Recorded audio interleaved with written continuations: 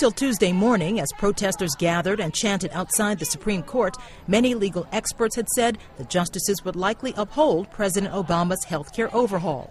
Constitution, yes. Socialism, no. By noon Eastern time, it was a different story. The mandate is in real jeopardy. By then, the court had heard the second day of oral arguments on the Affordable Care Act and focused on the linchpin of the law, the individual mandate. It requires nearly all Americans to have health care coverage. The main question, is it constitutional for the government to force people to buy insurance? Conservative justices took issue with laying such a precedent. Purchase insurance in this case, something else in the next case. Justice Scalia suggested it could easily be something like broccoli in the future.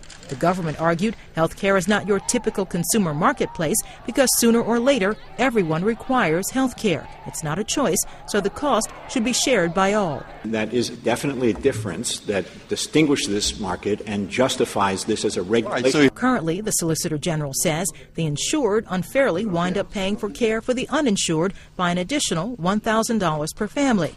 But it was Justice Kennedy, a conservative, often swing vote on the bench, that led many court watchers to doubt the strength of the government's case. If the government compels people to act in a certain way, he says, and that is different from what we have in previous cases. Well, that changes the relationship of the federal government to the individual in a very fundamental way.